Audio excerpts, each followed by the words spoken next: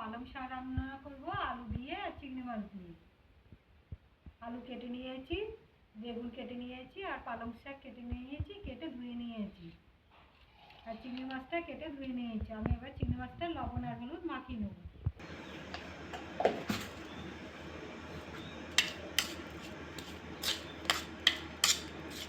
চিংড়ি মাছটা লবণ আর হলুদ মাখানো হয়ে গেছে, আমি এবার গ্যাসটা জ্বেলে নেব। গ্যাস জ্বালিয়ে কড়াটা বসিয়ে দিয়েছি, কড়াতে শাক আলু সবগুলো দিয়ে দেবো।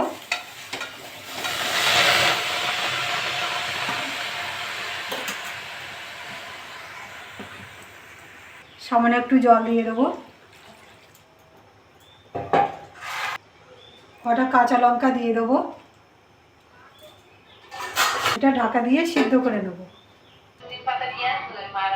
10 মিনিট আমার হয়ে গেছে, আলুগুলো সব সিদ্ধ হয়ে গেছে।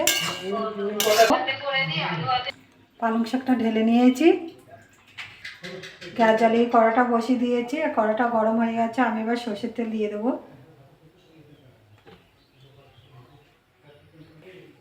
তেলটা গরম হয়ে গেছে, আমি একটা শুকনো লঙ্কা কেটে নিয়েছি আর 5 ফোড়ন দিয়ে দেবো।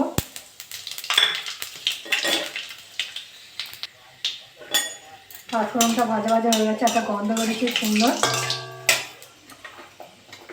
একটু পেঁয়াজ দিয়ে দেবো।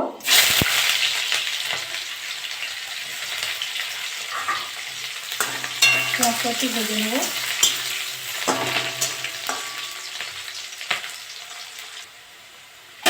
পেঁয়াজটা ভাজা ভাজা হয়ে গেছে, আমি এবার চিংড়ি মাছগুলো দিয়ে দেবো। দিয়ে একটু ভেজে নেবো।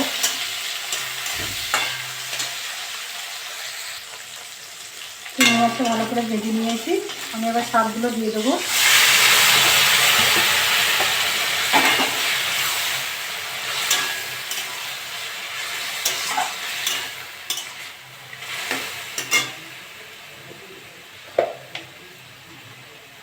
হলুদ দিয়ে দেবো।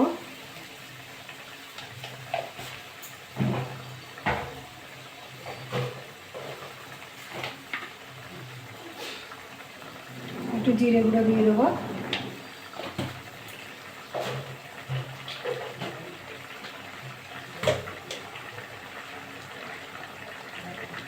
সামান্য একটু ধনে গুঁড়ো দিয়ে দেবো।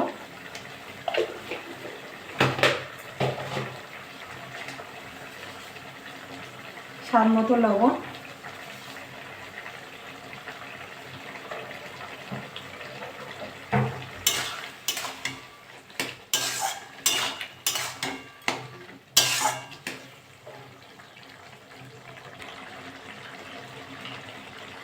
এক চামচ চিনি দিয়ে দেবো।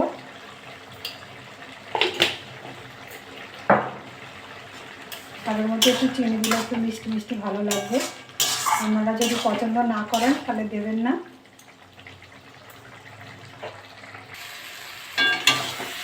পালং শাকটা আমার হয়ে গেছে, এবার নামিয়ে নেব।